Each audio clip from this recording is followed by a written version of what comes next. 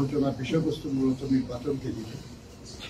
এবং আপনারা এটাও জানেন যে গত 19 তারিখ থেকে আমাদের প্রবাসে যে ভোটাররা আছে তাদের নিবন্ধন শুরু হয়েছে।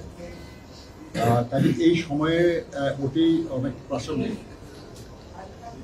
এটাও জানেন যে প্রবাসী বাংলাদেশিদের ভোটের অধিকারের জন্য আমরাই সবার আগে বলেছি এবং আমরা এটাকে আমাদের দেশনেত্রী বেগম খালেদা জিয়ার ভিশন 2030 নির্বাচন কমিশন প্রবাসীদেরকে ভোটার করার জন্য উদ্যোগ নিয়েছে এবং সেই উদ্যোগটা বেশ কার্যকর ইন দি সেন্স যে যাদের এনআইডি আছে শুধু তারা না, ওনারা বিভিন্ন দেশে লোক পাঠিয়েছেন নতুন করে এনআইডি দিয়ে তাদেরকে ভোটার করার উদ্যোগ নিয়েছেন তারা। ধন্যবাদ জানাই নির্বাচন কমিশন। আমরা আজকে তাদের সঙ্গে একটু আলোচনা করেছি যে তালিকা আমরা দেখেছি যে বিভিন্ন দেশে যারা প্রবাসী আছে তাদের ভোটার করার ব্যাপারে শিডিউলটা ঘোষণা করা হয়েছে।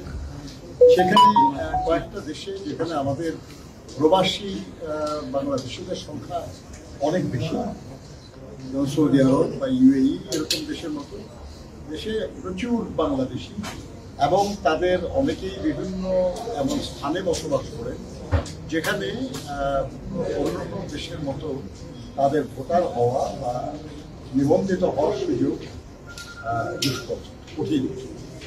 তো সেই জন্য আমরা তাদেরকে অনুরোধ করেছি যে যেসব দেশে প্রবাসী বাংলাদেশিদের সংখ্যা বেশি, যেখানে যোগাযোগ ব্যবস্থা বা যাতায়াত ব্যবস্থা সমস্যা আছে, যেখানে তাদের নিবন্ধিত হওয়ার সুযোগ কঠিন, সেই সব জায়গায় নিবন্ধনের সময় বাড়ানোর জন্য আমরা আমাদের দল করেছি, যাতে সর্বোচ্চ সংখ্যক বাংলাদেশিরা ভোটার হতে পারেন এবং নির্বাচনী প্রক্রিয়ায় অংশগ্রহণ করতে পারেন।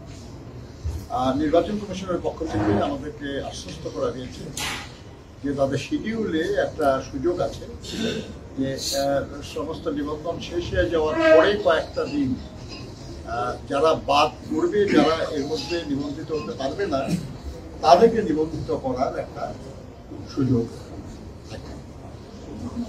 তো আমরা মনে করি যে এটা অত্যন্ত ভালো একটা অবস্থা যে যারা ইতিমধ্যে নিবন্ধিত হতে পারবেন না তারা ওই অতিরিক্ত সময়ে নিবন্ধিত হতে পারবেন।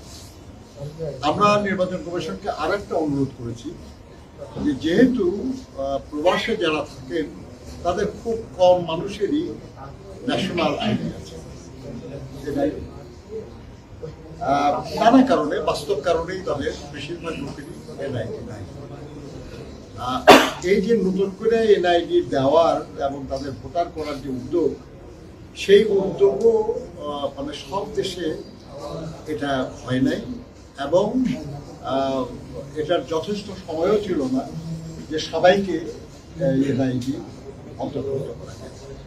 সেই জন্য আমরা তাদেরকে অনুরোধ করেছি যে এনআইডির পাশাপাশি তাদের যে পাসপোর্ট, বাংলাদেশের পাসপোর্ট, এই পাসপোর্টকে তাদের পরিচিতি হিসাবে গ্রহণ করে তাদেরকে ভোটার তালিকায় অন্তর্ভুক্ত করার জন্য আমরা অনুরোধ করেছি। আমরা জানি, আমরা একমত তাদের সঙ্গে যে অনেক পাসপোর্ট মানে ফেক পাসপোর্ট আছে। আমরা জানি যে অনেক যারা বাংলাদেশের পাসপোর্ট পাওয়ার যোগ্য না বা প্রাপ্য না, এমন অনেক মানুষও গত সরকারের আমলে বাংলাদেশের পাসপোর্ট পেয়েছে। অনেকেই দুর্নীতি অনাচারের মাধ্যমেও সংগ্রহ করেছে।